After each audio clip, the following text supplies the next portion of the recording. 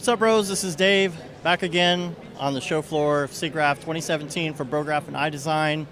And we're here with Casey Hupke, who had just finished doing his presentation. Now, here's the thing. Whenever Matt and I are actually on the floor doing interviews and stuff, we don't get to see the presentations until later because we're just running around being all crazy. So I didn't get to see your presentation yet. I'm going to have to check it out on Cineversity. So give everybody a quick synopsis of your presentation. So basically, I went over the Voronoi fracture object 1.0 and 2.0, explaining how it works, some of the new features, and then I showed some non-traditional ways that I use it as a generator to create little like mini cityscapes with controllable roads and arc-directable surfaces, and then how I use it to create greebled texture surfaces on building facades. Sweet. I'm going to have to check that out. Let's talk about render engines for a minute. You used to be way into Octane. Yep. Matt and I are big-time Octane dudes, and we've been exploring all these different, especially GPU render engines. Now, you dumped your Octane licenses a while back and you moved to Cycles, right? I did. I moved to Cycles. Octane, their development wasn't going where I needed it to go personally. I work a lot with particles. I work a lot with attribute-based data and attribute-based color. So that being like the age of something and the color changes over time. Octane just isn't set up to do that kind of stuff. They've been promising it since 2.25 or whatever. They've been saying it's coming when we get OpenGL, OpenSL. They've showed demos of it. Orc sort of fell flat for me. I needed a way to expand my and ramp up. Couldn't really do it without spending more on hardware. And at one time, I had about 16 GPUs at home, and that wasn't very fiscally responsible of me. So I had to back away from it. Around the same time, I met up with the Insidium fellows, the guys that make X Particles, which everyone knows that I'm an unpaid, unsponsored champion ambassador of. Like I will sell that for free all day, every day. And they were like, "Hey, man, we're bringing Blender's Cycles over to Cinema," and I was like, "Okay, I mean, is it good?" And like in the early alpha, they were like, "Oh, I mean, well, it's cool. Check out the particle support," and they showed me the age of a particle, making the XP trail object change color along with it over time, and the color gradient fading along the points of the spline, happening on GPU and also on CPU in CUDA and on OpenCL. And I was like, this seems like the render engine that we need as motion designers. They showed me the nodal interface that they were developing. It looks everything like I want Espresso 2 to look like. And then when it finally started coming out and hitting all the milestones, it's now like there's no more feature-rich render engine available for cinema other than like Arnold or Physical Renderer. Nothing else comes close to supporting all the things that it does. And even then, since it's with Insidium's programmed in their own bridge like within it for X Particles, so they really have like the most advanced X Particle support like on the market. Being a huge X Particle guy, it just is like it's clutch. And the GPU performance on it's really great. PixelPlow now has it on their farm, so it seems like a no-brainer. One thing that's been curious is like a lot of people are very, very hesitant of it, but they bought it when it was on sale.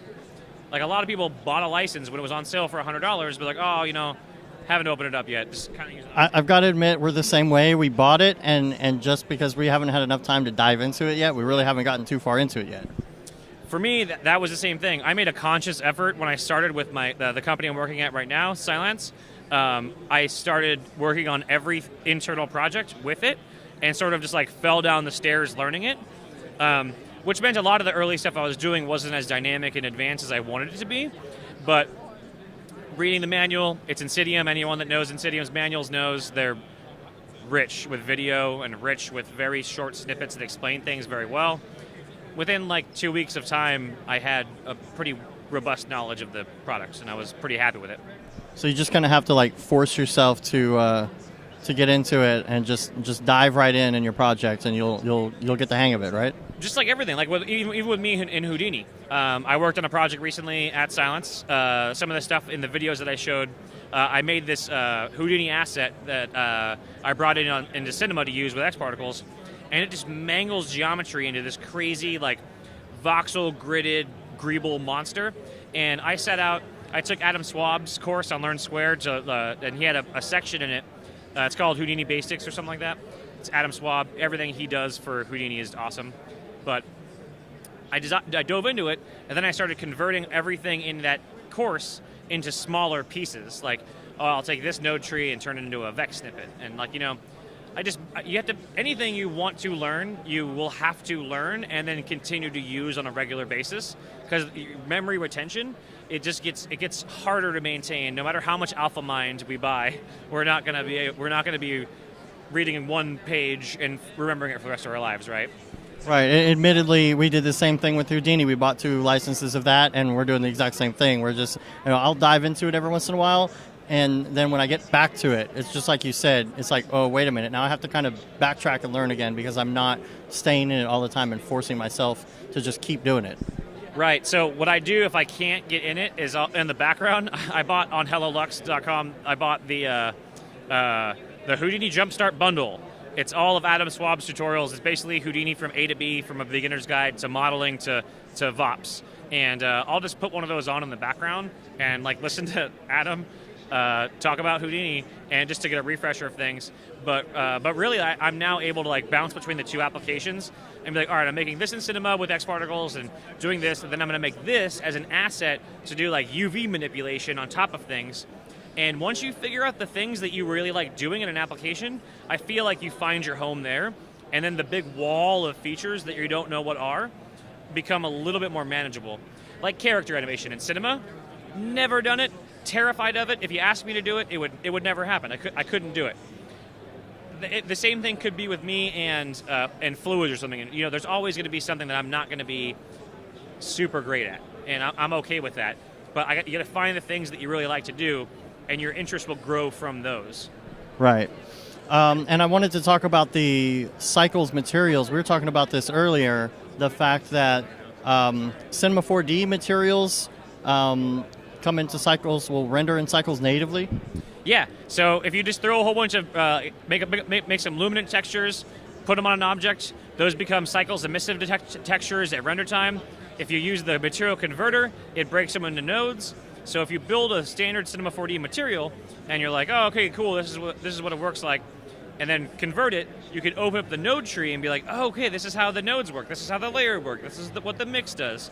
And it kind of helps. Plus, every single tutorial of the millions of Blender tutorials that are available for cycles translate one-to-one, sans maybe 3 specific nodes that are based on Blender-specific features. So there's before it even came, there was more information than we desired for how to learn it. We had an in-life thrill for 4 years for Cycles 4D before we even got Cycles 4D, which is great. And they're all really easy to digest. Blender Guru does a ton. He really breaks them down really well. And honestly, using Cycles 4D in Cinema has made me interested in using Blender a little bit, but can't quite get over that interface. Don't tell Max on that. They don't. Yeah, they don't. No, these guys are my home. I'll always be with these guys. Tell us about HoloLens. The HoloLens. So a couple NABs ago, I was talking about VR, and I was talking about Octane, and I'm always changing what I'm working on. But good job. So HoloLens. When I first started with Silence, they asked, we wanted to work on an immersive, or something that where we can look at our product in a 3D space and have a conversation about the data, and create something that wasn't like an entertainment type commercial to play with at trade shows. They wanted to see our product running in VR or AR. And I was really into HoloLens. I was like, let's do HoloLens. They already had one. 6 HoloLenses later, and 3 months of design time, we created an application. And we've taken it to 2 security trade shows now. We have mixed responses with it. But my favorite thing about HoloLens is you put the headset on, there's no wires, the GPU, the CPU, the battery is in the headset, and you can look through it and have a conversation with the person that you're interacting with. So you can work in real time on a 3-dimensional surface and then see what's happening together. You're not, like, I don't like the isolation of VR. Like, that was what, I stopped my VR short because I got tired of that isolation. Like, people tout immersion, but I felt so closed in, and I didn't feel immersed. I felt alone. And right. That's not how I want to tell a story. So I like VR. Well, I'm waiting for it to mature more. Yeah, it's getting there. AR is going to be a lot bigger for sure. I think it is. I mean, even Apple has gone in to say it is. In iOS 11, they have ARKit coming out.